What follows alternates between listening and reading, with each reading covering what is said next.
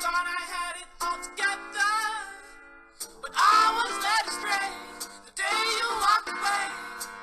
You were the clock that was ticking in my home, changed my state of mind. Ladies and gentlemen, Love so hard to find. we got him. You're the stage when from the grave. Now I'm back out of place.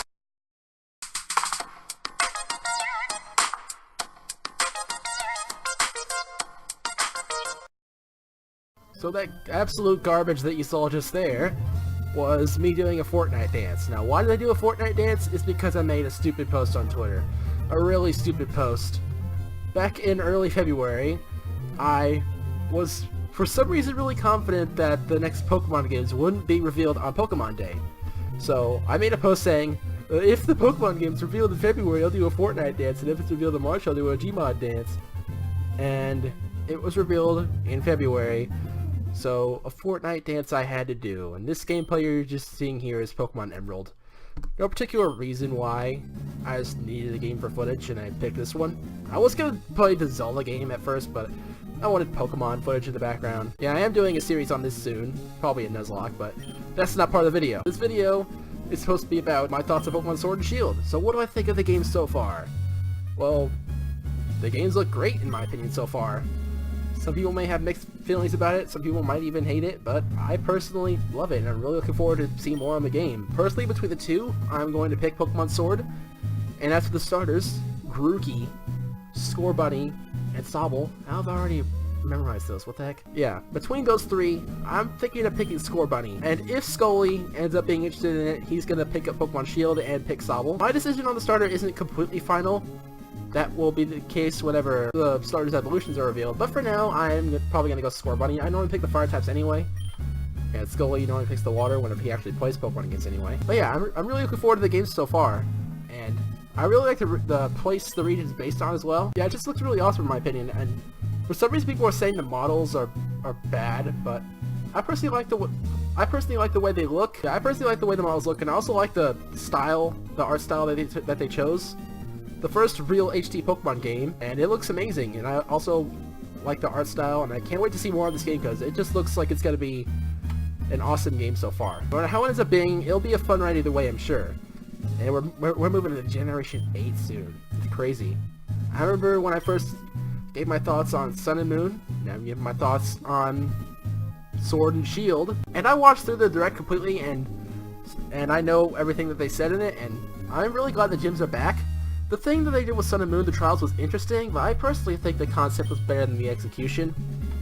I'm just glad to see gyms back because that formula is better than what Sun and Moon and Ultra Sun and Ultra Moon tried to do. In Ultra Sun and Ultra Moon, they were great games, but in some ways they were just too similar to the originals in my opinion. Not bad games by any means, they were great, but they were better than the originals as well, but they just had a bit too much in common with the originals. And as for Let's Go, I haven't even played those. I'm just not really interested in those. But as for Sword and Shield, they're looking great so far. Hopefully they will be the best because, if I recall correctly, in the Direct they said they were trying to make this a bit different from others, but also they're going to try to make them the best of the series. Hopefully that ends up being the case. I mean, there's so much they could do with Pokemon games being on the Switch now. So hopefully it is great. Well, it's going to be great either way, but hopefully it's one of the best, if not the best. We'll have to see how that ends up being later. Yeah, I don't really have much to say on the games so far. Just that they're great. The Pokemon look awesome. The graphics look amazing. Back whenever Let's Go came out, they said that they were still working on Generation 8 and it would come out in 2019. And that they will be the best looking Pokemon games so far. And from what we've seen, I can tell that's definitely going to be the case. And there's already been plenty of memes in the games as well. And it's based in the UK, in the whole England, Scotland area. Definitely more England than Scotland. I don't even know if anything it is based in Scotland. I think it might just be all England, who knows. The game, the region, all that stuff's looking awesome so far, and has Pokemon from every other generation.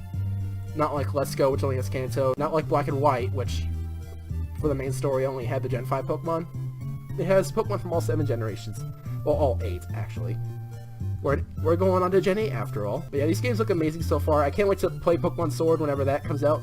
They didn't give a release date, and they didn't show the legendaries either.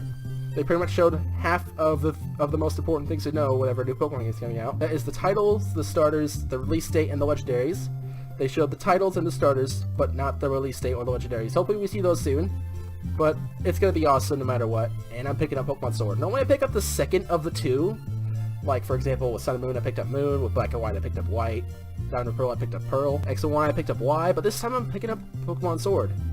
The only other time I picked up the first one between the two was with Gen 2, where I picked up Gold instead of Silver. So yeah, I can't wait to see how things turn out. There's been some people saying that we might be able to go back to Kalos in those games, because in real life England is close to France, and these games are based on England. Kalos was based on France. And it does look like there's going to be quite a few trains in the game, so it could connect to the Corway station from X and Y that led nowhere in those games. That could be the case, but I'm not going to hope for or expect it. It'll be a surprise if it happens. It won't be if it doesn't happen. Don't expect it. You're just setting yourself up for disappointment. If it does happen, that's going to be amazing. They'll probably be the best games ever, but just don't get more excited than you should be. Just look forward to them being fun games. That's all you really need to expect from Pokemon games, is just for them to be fun. You might think I'm a hypocrite for saying that, but then not picking up Let's Go. I did play the demo, and it is pretty good, but I personally don't think it's $60 good. I might pick it up at one point, sometime in the distant future, or in between now and Sword and Shield's release. I'm not really too sure. I'm just personally not too interested in them, but this video isn't about Let's Go, it's about Sword and Shield. Yeah, overall, they look great so far, and I can't wait to play them. So that was my thoughts on Pokemon Sword and Shield. Hopefully you all enjoyed this video, and I'll see you all next time. Happy hunting!